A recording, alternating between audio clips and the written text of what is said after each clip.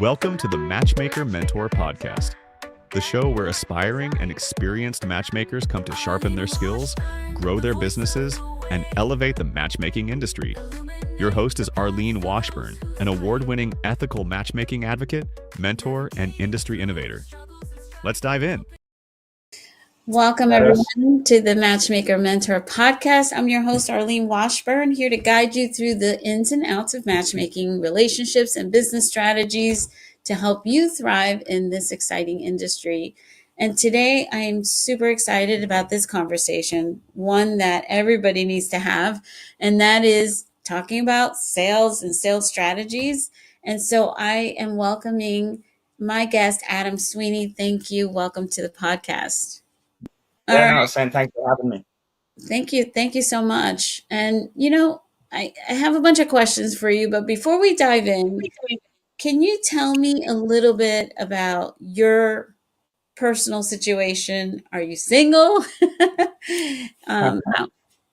Starting off on the personal side of things, I am single. I was in a relationship for the last year with a girl called Alexandra. That's while I was living in Colombia. Now I'm in Argentina. As of a month ago, I have a remote-based business, so I take a little bit of advantage where I can moving around. That's amazing. So are you a nomad? A digital nomad is what they're calling it, yeah. Uh-huh. I'm so jealous because if I really had my dream come true, that's what I would be. But my husband has so much stuff, and we have this big old house with a bunch of stuff in it, so that's awesome. Where are you originally from? Specifically for the last 2 years. Remote, as mentioned, but honestly, the plans to get to America. I think that's where all the big business is happening. That's the opportunity. And whereabouts are you in America, Arlene? I'm actually in New Jersey, and I'm going to ask you to repeat where you're from because it cut out, at least on my end. I couldn't hear it. Can you say that again? I'm half Irish, half Danish. Wow. Mostly Irish. I'd say I've lived in Ireland 18 years. And then Denmark, maybe 6, and then rest of the world, another 7, let's say. Wow, that's amazing. Are you really tall? 6'1", or 6.5, but I'm rounding up. Oh my gosh, so you're good looking, tall, smart, single. The women are going to go crazy when they see this video. And by the way, if you're interested in meeting Adam, you should just reach out to me. I'll try to make that connection. I'm kidding, Adam. I don't want to put you on the spot.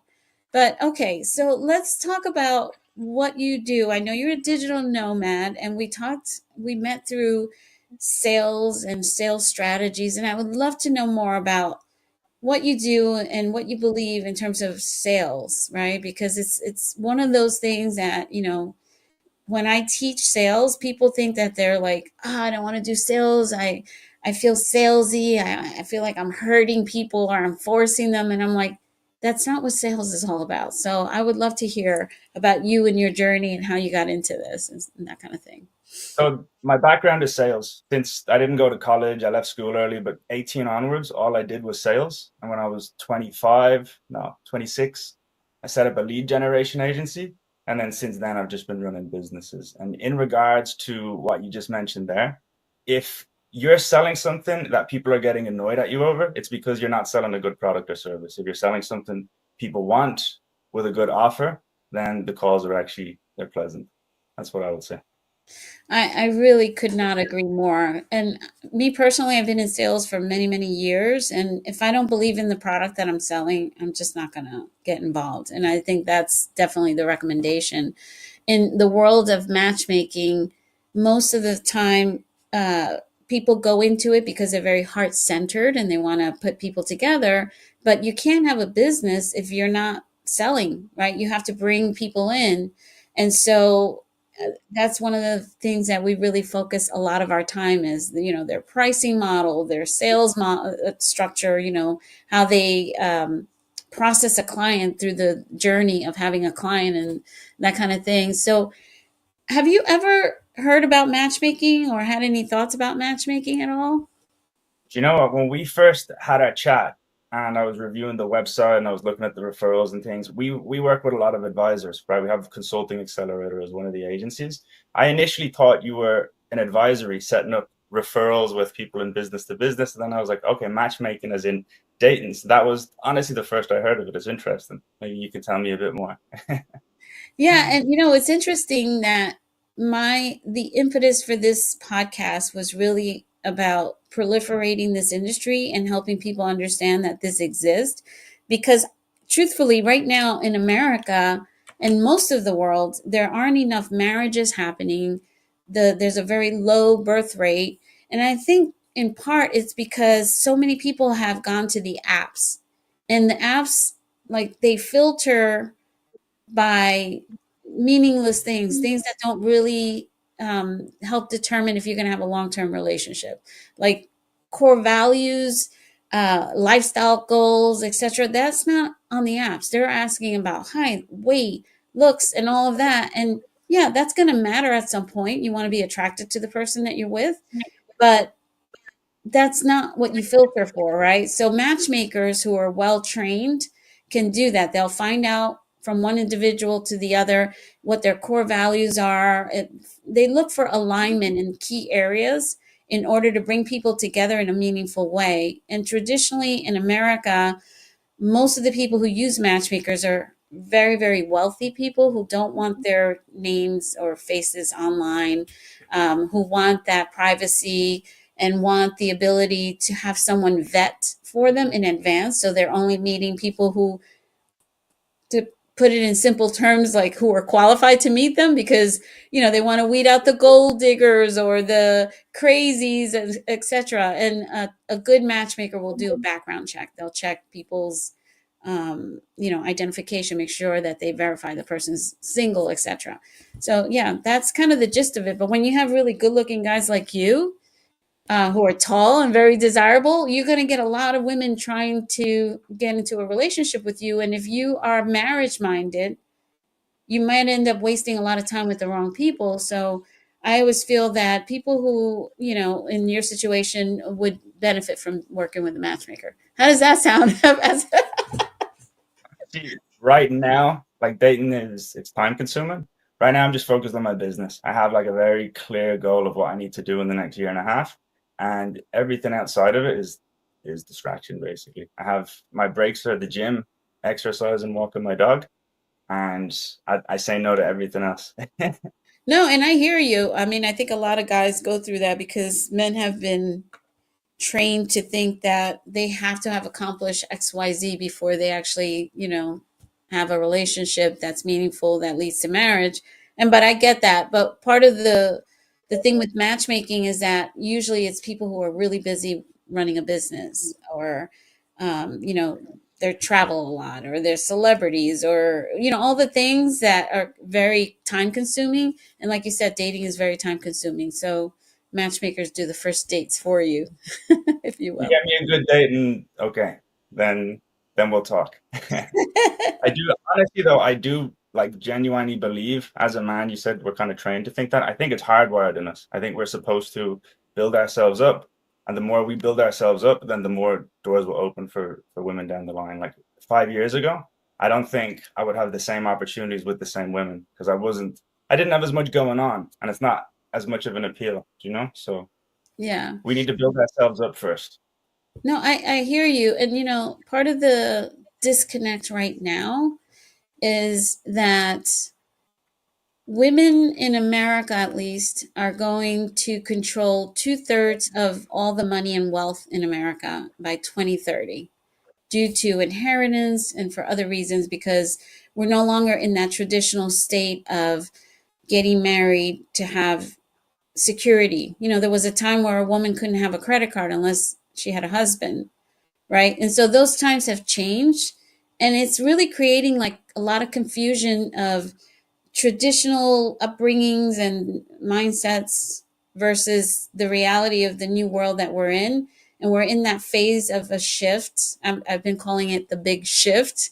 And I'm just, I'm hoping that, maybe matchmaking can be an avenue to bring people together. And perhaps women are going to be dating the way men have for a long time, which is you didn't care if a woman had a great job or had a high level education. As long as you were physically and emotionally attracted, you were open to them. And that may have to happen, or a lot of people are going to stay single for a long time. A lot of women in particular, if they feel like, oh, he's got to do better than me, he's got to make more money than me and all that. I don't See, know. honestly, I'm okay with it because I realize I'm kind of just like realistic with some things. I realize we're in 2024 and we have our brains have developed a lot quicker than our hardwirings. So there's certain things we still look at that go back to when we were cavemen, right? And women look at men because they think he looks strong, even though they might say they like the muscles, but actually it's something in their brain saying he could protect me, right? And same with like it comes out now as money. He has money, but actually it's can he provide? Right? Mhm. So like I'm okay with that. Maybe not gold digging to an extreme extent, but if a woman likes a man because he has some money, that's fine, right? I mean, why wouldn't you prefer that, you know? Yeah, I hear you. This is an interesting topic because you're such a young person. I mean, you're younger than my daughter, and so I love to hear the perspective of the younger generation. If you are still thinking in that kind of traditional mindset, it's interesting. Yeah.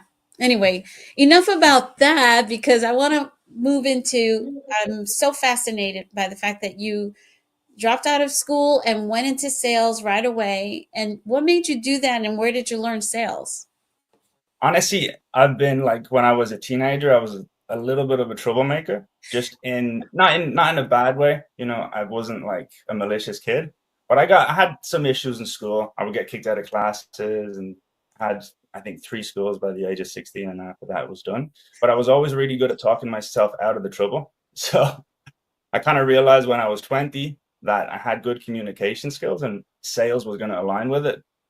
And or say 18 had the initial job in Australia, and then 20 I really started designating my career towards it. I went to a tech sales job, and pretty much I think every role after that I started excelling in each position, and then I think it just led itself into entrepreneurship. If you have sales, that is one of the core skills you need to grow a business, and then it was just step after step after that point. And so I guess my question regarding sales, because I heard what you said and I feel very much aligned to that. Like I used to be a troublemaker as a kid in school, got kicked out once or twice also. And I could like finagle a situation and get myself out of trouble a lot of times, right? And that was almost, I feel like that was an innate ability, or perhaps it was just the way that I grew up, with a single mom who was an immigrant and I translated. And so I kind of became an adult very quickly. But I'm wondering, do you feel that an individual who is good at sales is born with that ability, or can they learn that? Definitely both. Like you can be good, you can have natural communication skills, which is going to help you get better faster. But like for sure, you can learn sales. It's not that difficult. There's a few simple principles I think everyone can implement straight away. Like the most important thing is find out who you're speaking to, what is the key problem they have, and why are they on that call. And if you identify what they're struggling with, you now know what to speak to them about. I think Hmm. there's a common misconception that what is it? Prospects raise objections. No, sorry, so they're backwards. Sales, no, prospects raise objections. I had it right the first time. Yeah. But actually, the truth is, salespeople do. If you talk to someone about something they don't need, like a part of the service they're not interested in, you're just going to get it. Oh no, that's not for me, right? If you find out specifically at the beginning of the call why they're there, what they're hurting with, and what you can specifically help with, focus everything around that. That is such an important thing to know for matchmakers, especially even not just in sales, but just in being a matchmaker. You really need to listen and understand what the problem is in order to help people, because everyone has different reasons why they might be dating or single or not connecting properly with the ideal partner. So it's really interesting. I agree with you wholeheartedly. And it's interesting because I've always been good at sales naturally, but I've also taken a lot of courses, and some of them I just cannot get behind, like a lot of them, some of the courses are just like a used car salesman, you know what I mean? And for this industry, which is very heart centered and very much about caring about people's emotions and where they're at, you just can't use that kind of tactic. So I would love to hear some of the principles that you were mentioning that people should have as far as sales goes. The first thing is what I just mentioned, right? The pain. And then after that, I would say is never sound like a salesperson, because no one wants to be sold to. Like you said, you sound like a car salesperson. I've been in sales my whole life and I can't get off fast enough on a cold call, right? So any time you're on a call, you don't want to sound like a salesperson. You want to be having a conversation, right? So using your tonality in a way where you're conversing with them as opposed to selling. And I would also say things like questions over pitching, right? Instead of saying, hey, this is why you need this, and these are the key benefits of it, this is why it's amazing. Ask them questions. Could you see yourself using this? Does this seem like something that would be of benefit to you? And kind of start using closing questions to get them towards where you want it to go and get them saying yes to things as opposed to explaining why they need it. Mm-hmm. Does that make sense? Totally. Oh my gosh. As you were talking, I was thinking about all the messages I get on LinkedIn of people telling me how they're going to help me fix this or that. And then they'll say something about my website. I'm like, I have multiple websites. I don't even know what the hell you're talking about.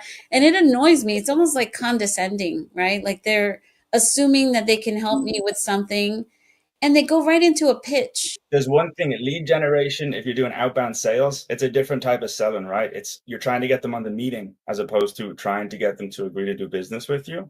That's a different kettle of fish. That part of it, everything is about an offer. And if you know Alex Hormozi, $100 million offers, everyone has one now.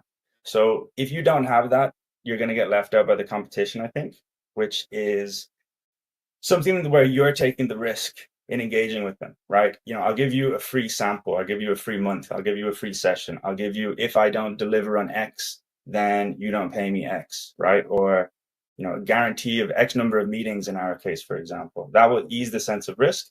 And then on top of that, you also need to have some case studies beside that because you're a stranger, right? So you're literally just a profile picture in an inbox with a little bit of text beside it. So you need to demonstrate why you're worth listening to and speaking to. But just going back to this lead generation, and let's just say you're doing a cold outreach. A lot of matchmakers use LinkedIn as well. Obviously, they're business people. They want to reach out to folks. They don't know their relationship status. However, what is the ideal way for them to reach out without, being salesy or even to engage, especially matchmakers? Because I feel that on LinkedIn, people just disassociate from anything to do with dating and relationships. But, these are business people reaching out to potential clients. So it becomes very challenging. And I'm curious what your thoughts would be that, how they should approach that. Before we start a campaign for any type of business, we do a market entry report, which is basically market research and user interviews, right? So the first thing I would suggest everyone does is create a template that says you're doing user interviews. It's not a sales message. It's you doing market research for your growing business. And you're looking for, X profile. So you could say, all right, I'm looking for CEOs in X industry, willing to help with a 10-minute user interview. This is what we're doing. This is why I need help with it. On that call, the 10-minute user interview, ask questions like, what would be your dream outcome working with a matchmaker? What is the biggest struggle you have a matchmaker could help with?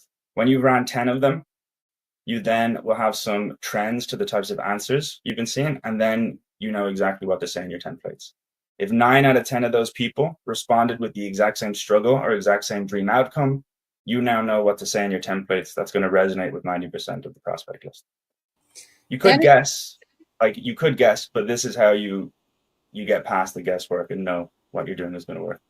I love that. I love the fact that you're positioning it as, someone giving input. I think people love to share and tell, and also the time factor. You're saying 10 minutes.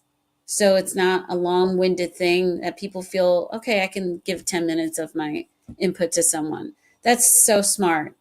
And so would you say that those people that you're reaching out to, are potential clients as well? Yeah, they could be for sure. Like you're opening, some people will want to book in just to help, but for sure you will get people who would be interested in it. And realistically, if they are a CEO or whatever it might be, and they're giving time to it, they think it's interesting to some extent, right? They're not going to do it for someone they don't want to speak to. This is really interesting because I know right now a lot of the matchmakers will reach out with, hey, I'm a matchmaker and I saw your profile and I think you seem like a very interesting person who might be a good match for one of my clients. It's absolutely free.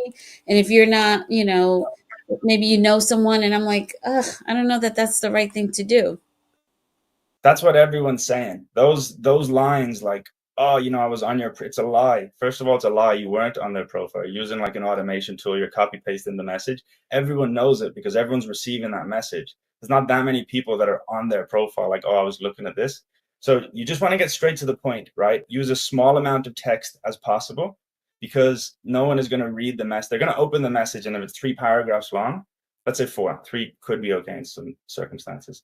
If it's 4 paragraphs long, they won't even read it, right? Maybe you'll get 3 words out of them.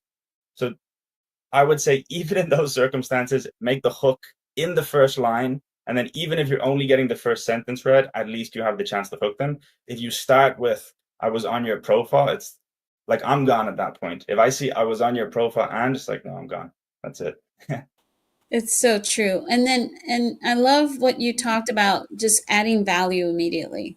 Like, if they want to reach out in that way as well, it's like, hey, some sort of something like I had an ebook when I was a matchmaker that shows 150 ways to meet someone in real life organically, because people always say, I want to meet someone organically. And I'm like, here's 150 places where you can meet someone organically. And You I'd know love why to that's share hard? that with you. Because we got to do the approaching. The men have to do the approaching. The women will give a stare or they'll look nice, but the men have to approach. And that takes a lot of confidence. The only way you build that skill is by getting rejected. And women are also brutal at rejecting men who do approach. And to be honest, half the time they have boyfriends anyway, just by statistics. But most guys are afraid to do that because they think they're going to get rejected. Yeah, that is really a big problem now more than ever, because I think men are more and more behind a computer and they're not getting the in-person in real life exposure to individuals, so they're more confident about approaching someone online on Instagram than meeting a woman. And that is a problem. The fear of rejection, which I think is something that also affects sales, right? That fear of rejection where, oh, I shouldn't bother them, I shouldn't keep calling them because they're going to say no. It's like, you want to get to a yes or a no. So you're going to have to keep approaching, right? Yeah, exactly. Yeah. That's so funny. So has your ability to sell as well as you do helped you in just as we're talking about this, right? Are you confident approaching women in real life without any, I got no shame. I got I never have, to be honest though. Not in a sense of like it's not easy. Like it's kind of like anything. You got to do it a few times and then you'll build confidence or the skill. It's like going to the gym, right? You're going to start weak and then you get stronger the more you do it. So some people will have an easier time doing it, but it's not a fun thing to do. Like you don't know how it's going to turn out, right? And you just got to do it though. I don't really like using dating apps like Tinder and things like that. So I will do it. But if you haven't done it in a while, like when I broke up with my girlfriend, I was like, shit, I got to do this again. And then it's a little bit awkward at the start, but then, yeah, it's just repetition. But honestly, I would say 90% of men are not doing that. I think they're scared of the rejection, I would say. 90%, you think? Like, I don't know. I would say, like, actually, statistics wise, if we're counting every single man who, like you said, is behind the computer and like maybe, right? The confident men who get women will have an easier time doing it. But I think a small portion of men get more access to a larger portion of the women. Because like you said, the women want to date up, right? So Yeah. there's a smaller pool of men and they're more likely probably to date around. as the women, I would say. So I agree it's with you. unfortunate. Yeah, I agree with you 100%. And what's interesting is that you don't have to be the best looking guy. If you're confident and you approach a woman, you might have a chance, right? And there are beautiful women who don't even get approached that much because guys are so intimidated, which really sucks for these women, right? So confidence, I think, is key to life. Mostly, I think men judge women a lot more by beauty than women do men. Well, it does obviously matter to some women, but you'll see a lot more better looking women with worse looking men, I would say, than vice versa, right? Men can do other things. They can become successful. They can go to the gym. You can still like improve how you look, but yeah, like you're saying, it's not everything, no. Yeah. It's interesting because there's a study out about that very same thing that couples that are of a similar attraction level are more likely to succeed over time than if there's a huge disparity in looks. It's But I, probably I lived in Colombia for a year in Medellin, which is has to be the gold digging capital of the world. And it is. So I saw a few things, and honestly, sometimes it's obvious, right? Maybe there's like 30-year age gaps. The guy obviously has money, the girl's young and beautiful, but she has a lot of options. And if she ends up getting bored, I can see how it doesn't work out in the long term. So if you're with them for the wrong reasons from the get-go, there's no way it's going to last. yeah. And Colombia and Venezuela has had so many Miss America, or not Miss America, but like, Miss Universe than most countries. I don't know if you know that a lot of them are from Colombia and Venezuela. They're beautiful. That's a place I want to go to. So do you speak Spanish fluently? I do. Well, no, fluent, it's not as good as my English, but I hablo español un poquito. Oh, that's awesome. How many languages do you speak? The problem is I forget them, right? So technically I should have three, right? So my Spanish is decent. I don't know if I can say I speak it fluently, but Danish was my first language. And I moved to Ireland when I was 4 or 5. I forgot it. I moved back there when I was 15. And every time you leave and you stop speaking the language, you forget it. So I've like relearned Danish twice and I've forgotten it twice. But I think now it's English, Spanish, and then Danish is just lagging behind it. Yeah, I hear you because I just got back from Mexico and I speak Spanish quote unquote fluently because that was my first language, but there's a lot of technical words that, if you speak a language casually with your family or something, you're not talking business language with them, right? So when I go to say something, like it would be very hard for me to conduct business in Spanish because I don't know all the terms of all the different things. But yeah, you do forget it. And I've always been married to American men who don't speak Spanish, so I don't really practice it very often. But I love I that. I actually love that all these different countries that people usually have multiple languages that they speak. I had the same thing with Danish because I was speaking to all my friends and watching movies or whatever in Danish, but then I went to apply for a Danish job and the interview was totally different than the words you're using with your friends. Because also it's very formal and the conversations are conversations you don't usually have. So it's almost like a whole other part of the language, yeah. Yeah, yeah, no, I agree. What would you say? I'm just really curious now that we went down this route of the men and what they're doing and how they're approaching and all that. What do you think men are looking for in a woman, especially coming from a First and most obvious thing is how they look, how they're presented. That's what gets all men's attention. There's no secret, right? And what comes after that, I think is different. I think men have two types of ways of approaching women. I think in general, men and women like really don't understand each other that well. Men think women think the way men do, and women think men think the way they do, and they're both like totally different. It's true. Like it's Mhm. totally different. And they approach them based on that, but it's not the way it works. Um sorry, can you just repeat the question? I Well, lost my train of thought. I would, okay, so let's just make believe. I know you're not currently looking for a wife or anything, but if you were, what would you be looking for? I mean, obviously we know about the attraction. That's that's a given, especially with a man. But beyond that, what would you be looking for?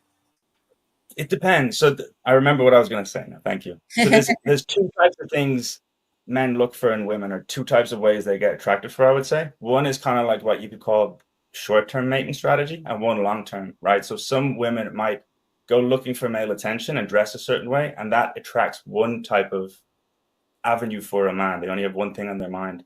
Long-term relationships, like wife, you're probably looking for someone who's smart, who's educated, well presented, who is interesting to speak to. And then obviously the beauty is one part of it, but if you're looking for a wife, those are the things you're looking for. Mm-hmm. If you're going to a nightclub, maybe men will say other things, right? So I do think it depends. So you're saying educated. It's funny that you say that, because what I have found when I was doing matchmaking was that women wanted to lead with their education and their accomplishments, and the men did not care about that. They wanted to be attracted to someone and know that, there was a chemistry, if you will, for a lack of a better term. Obviously, besides feeling attracted to someone, there needs to be some weird, some sort of chemistry.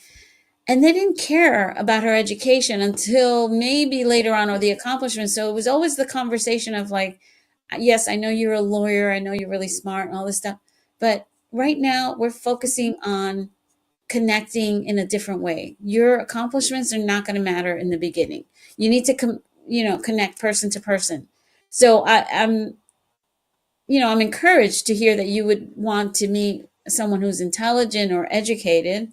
And I guess when you say educated, it's just that they're smart, not necessarily that they have a degree, right? Because I think probably I have a little bit of a unique experience because I've been living in Latin America for a while, right? So I lived in Europe, I lived in America. I've now been living in Latin America the last 3 or 4 years. So maybe my dating experience the last while is slightly different, but I've been with, I would say, a lot of what you would call beautiful women in the last few years, but without the connection, right? Like I was saying, there's a lot of people in Medellin who look amazing, but maybe they're looking for the wrong things. The relationships aren't that interesting. And honestly, just the way Medellin is set up, they're not that attached to the rest of the world. So like top 50 songs will be reggaeton, right? And you're probably not watching the same news channels you are. So there's not huge, like a lot of people that wouldn't know the Beatles, right? I don't necessarily listen to the Beatles. I'd like to have a conversation around something along those lines from my side of the world. So that's why my brain is starting to go to these places now, I think. yeah, That makes sense. yeah, it makes I mean, I'm what you would call a sapiosexual. Like I can, if I were single, I could meet the most beautiful person, but if we're not intellectually compatible, I have a lot of different interests, and I am turned on by someone who's really smart. If they're dumb, they could be the most beautiful, wealthiest man in the world, and I could care less. I mean, you probably wouldn't have a wealthy person if they are not intelligent enough to achieve that. However, to me, intelligence is definitely more important than almost anything else. I want to be able to have great conversations. Yeah. That's why you got the podcast. I know, right? So let's give some concrete information to anyone who's listening when it comes to sales. The reason I want to do that is not just to be able to promote your business or to sell, whatever it is that you're selling, but also just sales skills that actually help you in your day-to-day life. I really think everything you do is kind of selling. Like, how are you presenting and yourself? If you don't do that, you have a harder time in life wherever you go, right? Yeah, it's a transferable skill. I think there's different parts to it though. Like there's learning to sell someone on a call for business purposes. And then there's also developing communication skills. Like they're kind of different things. Communication skills you can use for anything. You can go on a podcast. You can talk to your taxi driver. You can get in a sales call. Those are all very transferable. But closing deals and figuring out how to say things that are going to resonate with the prospect on the other end of the call, that's something you can read in a book, right? I think personally the best sales book I've ever read is Spin Selling, which is basically all about conversations. It's about asking questions. If it's a larger sale or someone you're going to be dealing with for a long time, it's about relationship and getting the person to like you and not being pushy. And if it's a smaller sale, it's more about, well, it's not necessarily about being pushy, but you can be pushy. You can just get into it. What's the pain point? What are you struggling with? Here's the key benefits of what I do. Are you interested? And then keep following up very quickly, right? But if you follow up with someone who you're theoretically going to be dealing with for a long time and you're getting annoying, they're not going to want to work with you because their mindset is based on, do I want to talk to this person for a year? Does that make sense? Totally. And you said a large sales. What constitutes a large sale? Like what dollar amount would you say is considered large? It depends who you're speaking to, right? Mhm. $10,000 to someone living on the street, they might as well be a millionaire. $10,000 to a millionaire might as well be, $1 to them, right? So it depends. I think if it's something that's an ongoing relationship, right, month to month to month, then treat it like a large sale because it's going to be recurring revenue and you're going to be dealing with them often, right? That is such a good point. We haven't even talked about recurring income because the reason I asked you what is considered, like a high ticket item is because in the matchmaking world, the lowest thing you might find, especially if someone's seasoned, is around 10,000. And if you go to New York and you want to hire a matchmaker, you're investing, I don't know, $15,000, $20,000, as much as $500,000 to work with a matchmaker. The pricing is insane, depending on the caliber of people that you work with, like you said. But I still think even if someone is super wealthy, I think you really need to be able to show the value of what you're selling. And even in the conference this past week, someone talked about sales and they were talking about selling outcomes, and that kind of doesn't align with the rules or the laws of the Federal Trade Commission, where if you are selling outcome that is based on the participation of the person you're selling it to, then you can't make those promises. Do you remember the time where the online digital people were saying, do this and make $1 million and all these promises, right? The Federal Trade Commission implemented laws to stop that. Now, notice now they all have the disclaimer that says, results may vary by person or what, you know what I mean? I can't hear you. Say it again. Say it again. Now I can hear you. Yeah, that's strange. I don't know why it keeps cutting out. I was saying, I'm sure some people in America got sued. There's a lot of lawsuits there, so you gotta be careful what you're offering. I do still think there's a lot of marketers promising the world.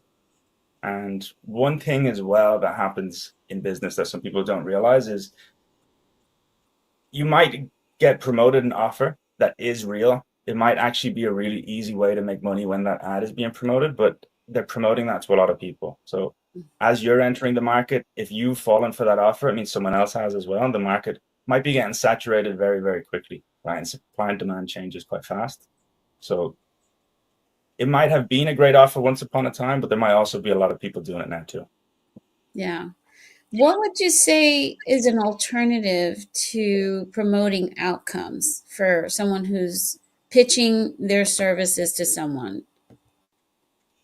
So I think 3% of your market is only ever going to be able to move forward at a single time on average, right? So first of all, you do need to do follow-ups, and if you have an email list, email them once a month, newsletter, whatever it is, keep in their mind because maybe they're not ready to have a chat now. Maybe they are in a month. In regards to finding people who are chatting about these end outcomes, I would say, first off, you're better off getting a good prospect list.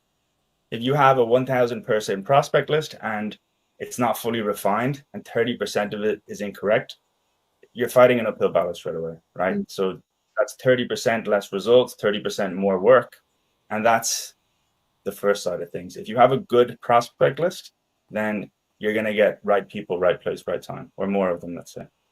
I love that. And I guess that brings us back to lead gen, right? So how to build the right list is so important of the people what are some recommendations about how to build a list of the right potential clients? The user interviews. That's it. The user interviews, create a few different types of buyer profiles. And this, I think actually more importantly, split testing. So split testing everything you do, whether it's copy on a website, it's an ad, it's a sales template, it's a deck, whatever it is, test it, right? Instead of trying to make one perfect version, make 5 of them. Realistically, trying to make one perfect version of whatever it is can take hours. And if you just try to make 5 different versions, you can spend the same amount of time on all the different avenues, and it's a lot quicker to do it. And you're going to get much better data. You're going to know what you're now doing is the correct move. And it's the same with those user interviews. First, figure out your demographics. Let's say 3 or 4 different types of buyer profiles you want to test. Then run the user interviews, minimum 5. I would suggest 10. And then once you have the data from all those interviews with each of those buyer profiles, you'll know how much each one is willing to pay, which one has the most interest, and for you yourself, where to base your business. This is really interesting because I know you're so entrenched in this particular area of business. You're saying split testing now is 5 potential options, because it used to be like 2 things, 2 or 3, right? Now we're at 5 where you But actually never, you could do 2 at a time, but you should never stop testing, right? Try CEOs in tech, try CEOs in finance, try CEOs in whatever other industry you want to try CFOs, try COOs. Like, the small things can make big differences. Even like, we track the data on LinkedIn, right? So a HR director or a VP of HR, those things can have difference in just acceptance rates of 15, 30%. That's double. Amazing. This is so interesting. How do you track data? Are you using some sort of tool for that, or are you just running spreadsheets? We got all kinds of tools. You need it. So if you're gonna do the interviews, get an AI recorder on your call. Fathom is good, Otter. That will make a transcript of everything. So you don't need to write down the answers to the questions. Once you have all of those transcripts, let's say you got 10, go to ChatGPT, put the transcripts into 10 Word docs, then import the Word docs to ChatGPT, and then ask for commonalities of the findings. That's one way to do that. The data, so you can use automation tools. If it's LinkedIn, linkedhelper.com. If it's email, Instantly, and all those have built-in systems that will show you the data on a dashboard. Guys, I really hope you're taking this in, because this is gold that you're offering here. And I'm obsessed with ChatGPT. I do everything with ChatGPT. I love it. That is such good information, because I think one of the issues that I find with my students as they're learning about matchmaking is that they don't want to look at their data. They don't look at reports. And so, you'll ask people the question of, how did you hear about us? But then you never go back and look at the reports to see where you having some effect in terms of your marketing, so you can add more fuel to that, right? But I love this idea of using ChatGPT and just putting it right in there. I love it. That's really good. Like having 10 people on your team, you should be using it for everything, I think. Everything. So true. It's so true. Okay, so what questions haven't I asked you that you want to share about sales, marketing, or anything about yourself? Not marketing, I'm sorry. I'm so used to saying sales and marketing, but more lead generation is what your expertise is, right? Lead generation and sales. Yeah, first of all, well, we also offer marketing services. Okay. So in regards to what is going to be your avenue for lead generation, there's cold email, there is LinkedIn, there is ads. Social media is probably going to be the slowest if you're trying to generate leads through posts, but it shows social proof. So even if you send someone a meeting link on LinkedIn, if you send them a meeting link on email, or they see the ad, before they book in, they want to know who they're going to be speaking to. They're probably going to go to Google and, look you up. And even if, 10 people are divided between 2 on LinkedIn, 2 on Instagram, 2 on Facebook, 2 on the website, you want to have all those avenues covered, because that will also increase all the statistics, the close rates, the book rates, pretty much everything. Like, if you think yourself, someone reaches out to you with a sales message, even if it sounds interesting, you want to know who you're going to be speaking to and if it's worth your time. And if you go to, let's say, an Instagram page and they haven't had a post in 6 months and there's only 2 posts, it gives you a different feeling Then if they have a bunch of highlights, if all the posts are uniformed, if there's 100 of them in the last 4 months, you might not even click a post, but your representation of who that is and if they're worth your time is going to be very different. That's such an important thing that you just said, because I talk about this all the time ad nauseum. Even though sometimes I fall behind on all these, you have to have a presence out there, or people don't believe that your company exists or that you are who you say you are. So I think that's really important. I think that's really what's beneficial on social media. Although, I do see a lot of people getting traction and clients off of Instagram, or at least matches for their clients on Instagram, and TikTok also has been big. I really haven't fully embraced it. Are you on TikTok? Yeah, I'm not on TikTok. No, I'm not a TikTok. Or maybe I have a profile. I might have posted some videos. I'm not a TikToker though, I wouldn't say. I'm not a good dancer. That's I think like that's what most of the videos are, right?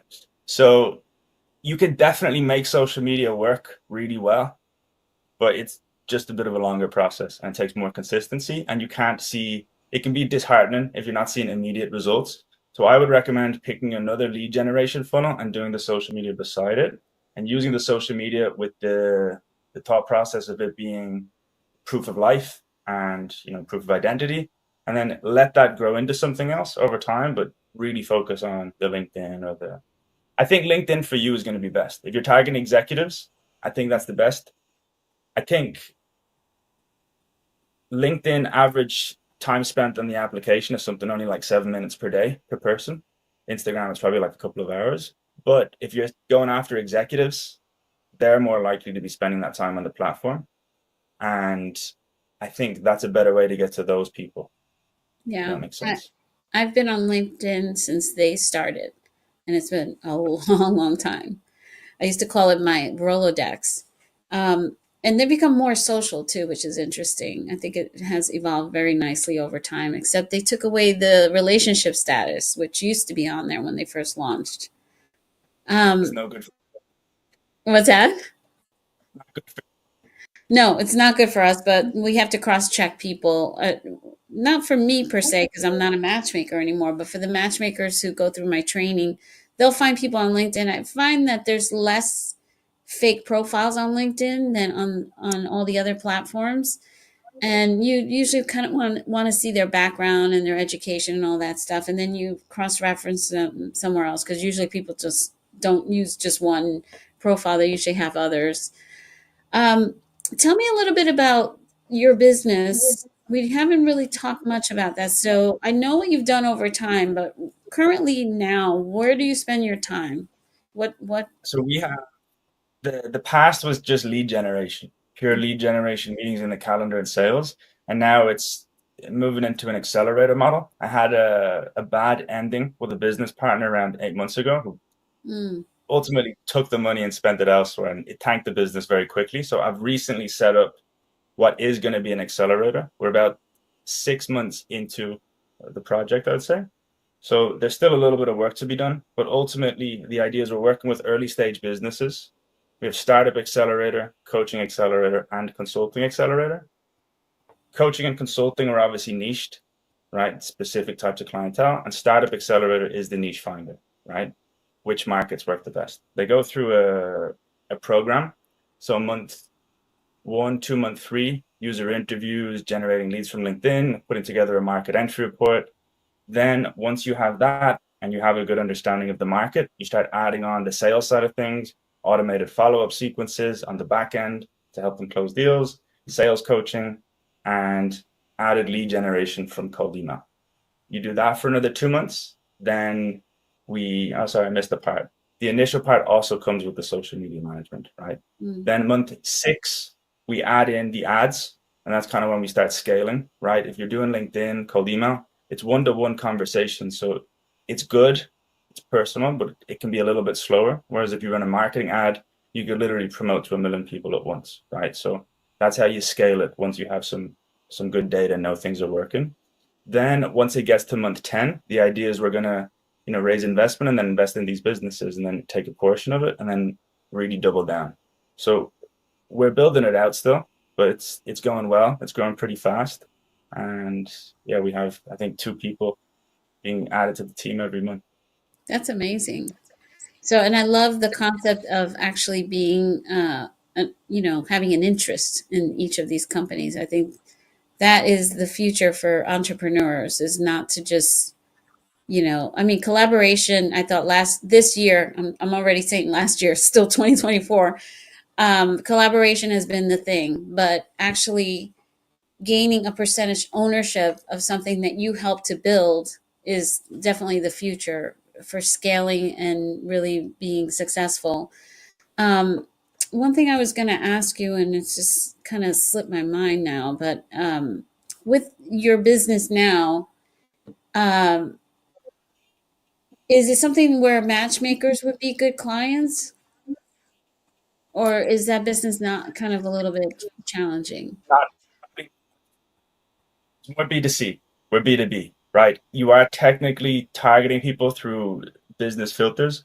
I don't specifically work with what we're doing because the startups we're looking to build the corporations as opposed to solopreneurs. The coaches and the consultants was built out because when you start working with different types of companies, you start noticing which niches are great, which have easy lead magnets, and then we niche into those areas and purely focus on those.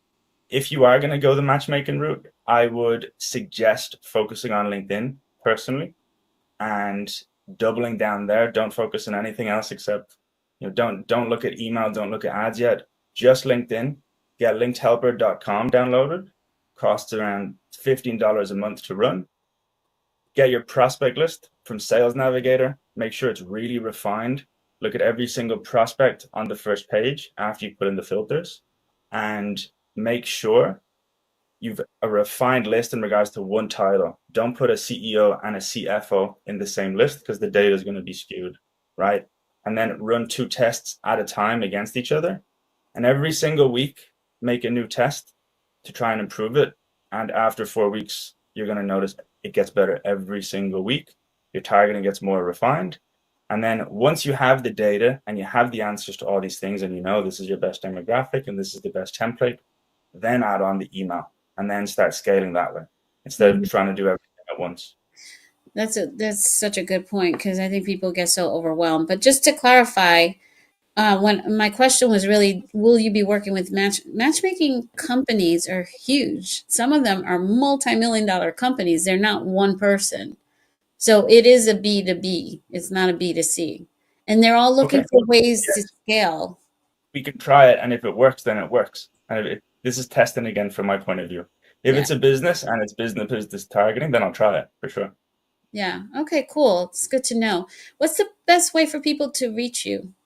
Depends. Is it business? Is it personal? I have a personal Instagram, I have a business website. So definitely for business. Because you've shared some really good nuggets here, and I think some people might want to work with you. So I'm curious, like, what's the best way for them to reach out to you? I think LinkedIn is probably a good way to get a message to me. LinkedIn, Adam Sweeney 93 is my username there. I think it's linkedin.com, Adam Sweeney 93. Okay. Yeah, no, because I know a lot of matchmakers live on LinkedIn. So when they hear this, they may want to reach out to you for that. And if, obviously, if they want to reach out to you on a personal level, I'm not getting involved in that.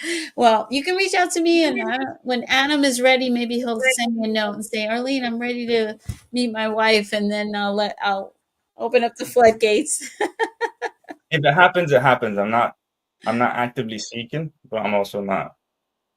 I'm not declining everything. Let's say, yeah. Cool. I love that. Well, I can't thank you enough for all this amazing information that you've shared with us today. You are really, really now. Oh, I remember the question I wanted to ask you. Are there any sales mentors that you follow? So I haven't gone the route of using mentors. In Ireland, I think things are a little bit different in America. In America, there's more opportunity. People are thinking business from a young age. And that's I think it's popular in America to use mentors. I didn't go that route. I would say the first time I actually had a proper mentor where I was asking questions to was my business partner. And even though I got fucked over by a lot of money in the end, I'm up for all the stuff I learned from him. Right. And if you can get a good mentor that knows all the things you want to do, like anytime you get any question in your mind, write it down on your phone. And when you get on a call with that person, run through like as many questions as you can, because it really is such a shortcut. I learned in 2 years, or maybe a year and a half, I can't even remember, from him more than I had done in, let's say, the 3 or 4 years previous combined. Amazing. But like, so there's nobody that you've ever learned, like I know there's Grant Cardone, there's all these different people out there that are quote unquote sales experts. You've never followed anybody or even kind of So taken any of those courses? you mean like online personalities, like Yeah. YouTube? Yeah. Okay, all right, fair enough. Well, yes, in that, so sales, honestly, I'd say I'm covered. What I was talking about, my business partner, that was business related, growing a business, entrepreneurship. I love Alex Hermosi. For me, he is the best. Everything he puts out, I get something from every single time. Okay. And he's always testing things, and he's someone who seems to pay for a lot of mentorship, and then he just does the mentorship and shares it with his viewers, so you're kind of getting access to everyone through him. Amazing. Well, like I said, I cannot thank you enough for being on this show and just sharing so many incredible things that I think people are going to go back and listen to this over and over again to write down and take notes, because it's really, really helpful. And I think it's something that will help you. And as you said, very transferable skills to have over, the course of your life. So thank you, Adam, for being on the show. And I No will be in worries. touch. All right, thank you, Arlene. Have a good one. It was a pleasure. Bye. So there you have it, folks. That was Adam Sweeney. He is incredibly sharp. I was so impressed with him when I spoke to him on a sales call, actually. And I was like, this guy is so impressive. I think I want to interview him on my podcast. So, with that said, I do want to get into a little bit of another segment of the show, which is to tell you about some of the daters that are out there that are working with VIP matchmakers. I'm sorry, VIP clients of matchmakers. And this is the segment that is sponsored by the Worldwide Referral Network. And what I want to do is just tell you a little bit about who is available right now. And then if you know someone, or perhaps you yourself would like to meet this person, then you can go ahead and send us a notification, or just go to www.rnetwork.com and fill out a profile, and then let us know that you heard about a person on the podcast and give us the details. And if you are the right person to meet them, then we will go ahead and make those connections. So let's take a pause right here for 1 second, and I will come right back to that description so you can hear a little bit about our client searches at the moment. These are not our clients, just to be clear. This is the Worldwide Referral Network, who helps connect daters to matchmakers. And those matchmakers then vet the individual and decide, collectively, if it's a mutual match, they will introduce you to their VIP clients. So there's no guarantee, but it's free.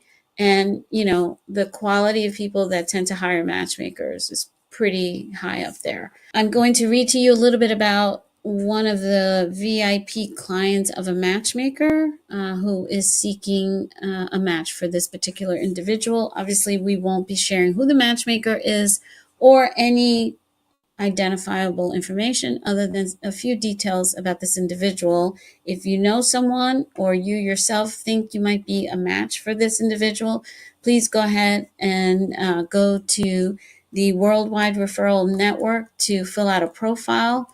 And I will actually post the website right now so that you know what it is. It is www.rnetwork.com.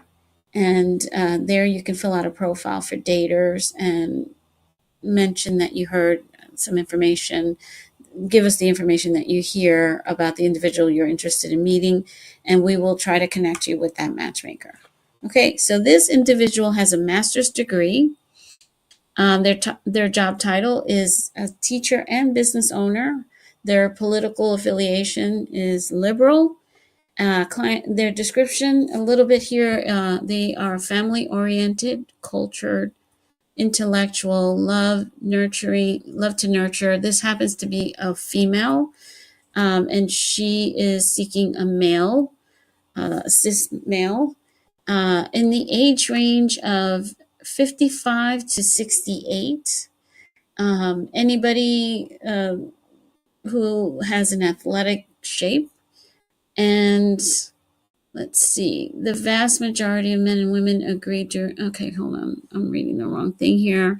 So essentially, we're talking about a female who is of Indian descent, and she's Indian American. She's a Buddhist, and she is 58 years old, and she's seeking a match who is a man and prefers blondes and also would like to meet someone who is 5'5" or taller. And again, she's seeking someone 55 to 68. So there you have it, folks. That is just one person in our slew of lists, and we will continue to, as a matter of fact, let me read one more for you. This person is a man, Caucasian, he's Catholic, he lives in New York and has a master's degree. His title is financial risk manager. His political affiliation is centrist, and he wants to have children. He is seeking a partner, a woman who is either in Connecticut or New York. Ideally, someone Caucasian or Asian between the ages of 27 and 39.